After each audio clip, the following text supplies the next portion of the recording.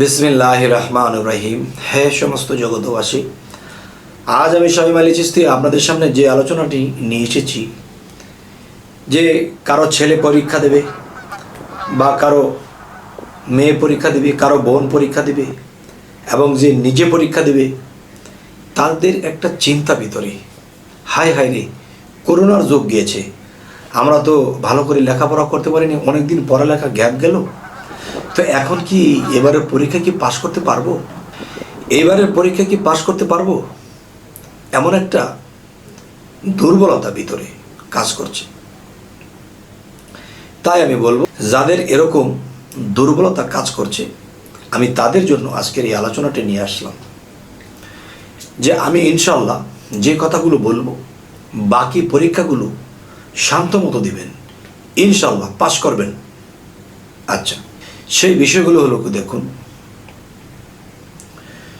যে রাত্রে যখন ঘুমাবেন তখন সূরা ফাতিহা 3 বার এবং সূরা ইখলাস 3 বার, ফালাক 1 বার, নাস 1 বার, এটি পড়ে নিজের বুকে ফু দিবেন, ফু দিয়ে পড়তে বসে যাবেন।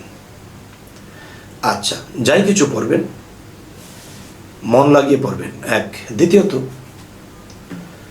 সকালে যখন ঘুম থেকে উঠবেন হাত মুখ ধুয়ে আবার তো একটু পড়তে বসবেন, তখন আবার 3 বার ফাতিহা, 3 বার ইখলাস, 1 বার ফালাক, 1 বার নাস পরে নিজের বুকে ফু দিবেন এবং হাতের মধ্যে ফু দিবেন, দিয়ে পড়তে শুরু করেন।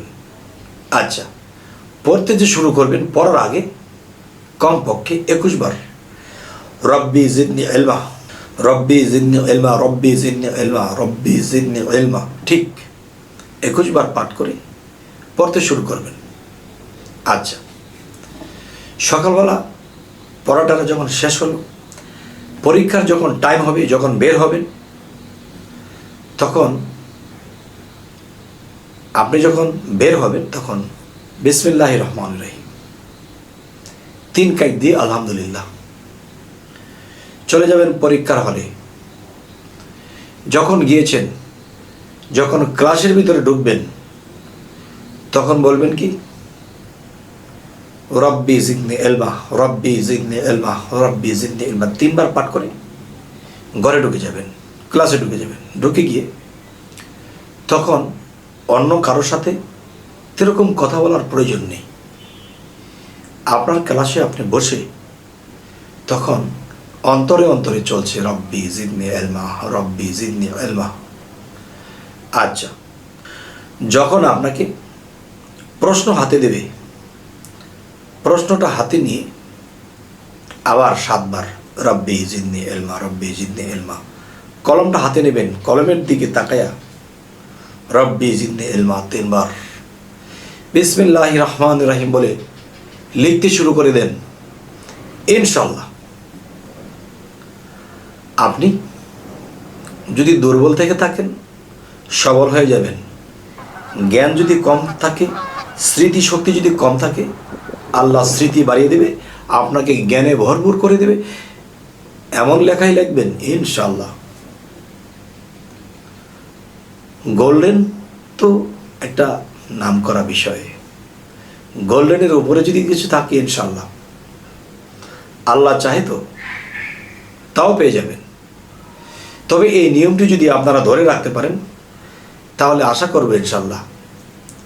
আর এই জিনিসটি শুধু পরীক্ষার হলে পরীক্ষা বিষয় না, ছাত্রদের জন্য শুধু বিষয় না, তারা তো করবেই।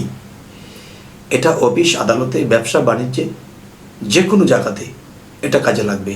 এবং এই কাজটি করলে আপনাকে কেউ ক্ষতিগ্রস্ত করতে পারবে না, জাদুটোনা করতে পারবে না, আপনাকে কেউ দেখা গেছে শরীরে আঘাত দিতে পারবে না, আপনাকে ঠকিয়ে দেবে তাও পারবে না। কারণ যখনই আপনি এই জিনিসগুলো পাঠ করেছেন, তখন ইয়া রব, তিনি তো জানে সব, আপনাকে তিনি হেফাজত করবেন। যাই হোক, এই সমস্ত জগতবাসী, আজকে যে আলোচনাগুলো করলাম, বিশেষ করে ছাত্রদের জন্য যারা দুর্বল হয়ে গেছে, বিশেষ করে পারিবারিকভাবে যারা আছে, ব্যবসা বাণিজ্য বা বিভিন্ন চাকরি বাকরি, তারাও এই কাজটি করতে পারেন। মাথার ব্রেন খুলবে, অফিস আদালতে, ব্যবসা বাণিজ্যে মাথার ব্রেন ভালো থাকবে, আপনি এগিয়ে যেতে পারবেন। তবে আজকের এই পর্যন্তই রাখবো। তবে আমাদের চ্যানেলটি যদি ভালো লাগে তো অবশ্যই সাবস্ক্রাইব করে রাখবেন, পরবর্তীতে যেন ভালো আলোচনা দিতে পারি। তো সকলেই ভালো থাকবেন। আল্লাহ হাফিজ।